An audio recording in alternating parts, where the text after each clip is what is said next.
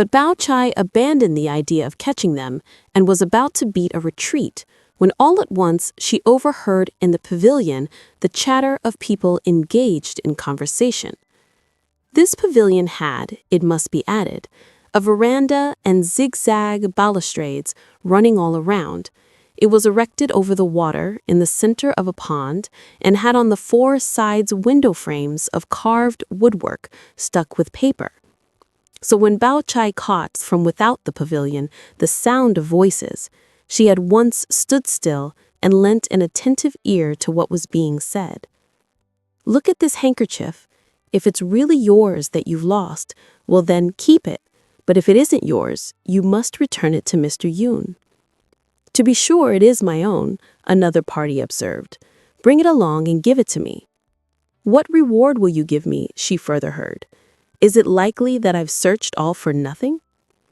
"I've long ago promised to recompense you, and of course I won't play you false," someone again rejoined. "I found it and brought it round," also reached her ear. "And you naturally will recompense me, but won't you give anything to the person who picked it up?" "Don't talk nonsense," the other party added. "He belongs to a family of gentlemen, and anything of ours he may pick up, it's his bounden duty to restore it to us. What reward could you have me give him?" "If you don't reward him," she heard someone continue, "what will I be able to tell him? Besides, he enjoined me time after time that if there was to be no recompense, I was not to give it to you." A short pause ensued. "Never mind," then came out again to her.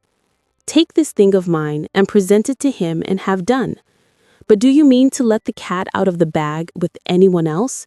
You should take some oath." "If I tell anyone," she likewise overheard, "may an ulcer grow on my mouth, and may I, in course of time, die an unnatural death." "Ayah," was the reply she heard. "Our minds are merely bent on talking, but someone might come and quietly listen from outside. Wouldn't it be as well to push all the Venetians open? Anyone seeing us in here will then imagine that we're simply chatting about nonsense. Besides, should they approach, we shall be able to observe them and at once stop our conversation."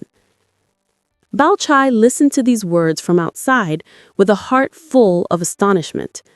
"How can one wonder," she argued mentally, "if all those lewd and dishonest people who have lived from olden times to the present have devised such thorough artifices?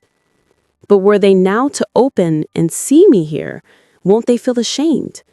Moreover, the voice in which those remarks were uttered resembles very much that of Hong Er, attached to Bao Yu's rooms, who has all along shown a sharp eye and a shrewd mind. She's an artful and perverse thing of the first class. And as I have now overheard her peccadilloes, and a person in despair rebels as sure as a dog in distress jumps over the wall, not only will trouble arise, but I too will derive no benefit. It would be better at present, therefore, for me to lose no time in retiring.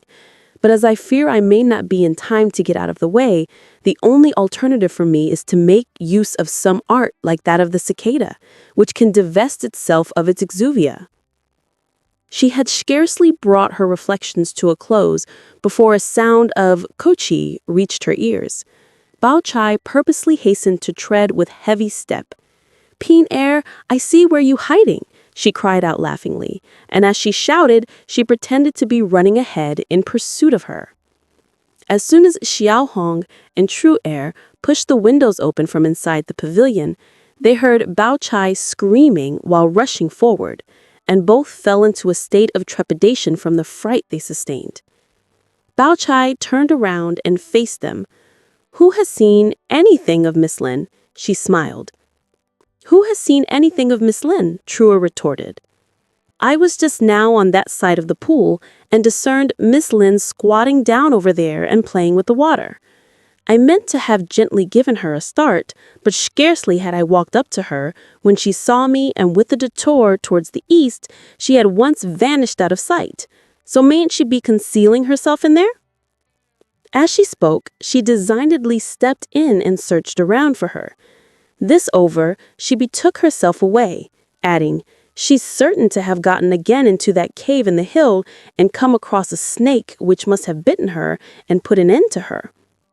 So saying, she distanced them, feeling again very much amused. I have managed to ward off this piece of business, but I wonder what those two think about it. Xiaohong, who would have anticipated, readily credited as gospel the remarks she heard Bao Chai make. But allowing just enough time for Bao Chai to got to a certain distance, she instantly drew true air to her. Dreadful, she observed. Miss Lin was squatting in here and must have for certainty overheard what we said before she left.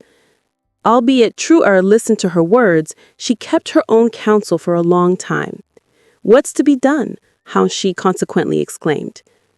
Even supposing she did overhear what we said, why should she meddle in what doesn't concern her? Everyone should mind their own business.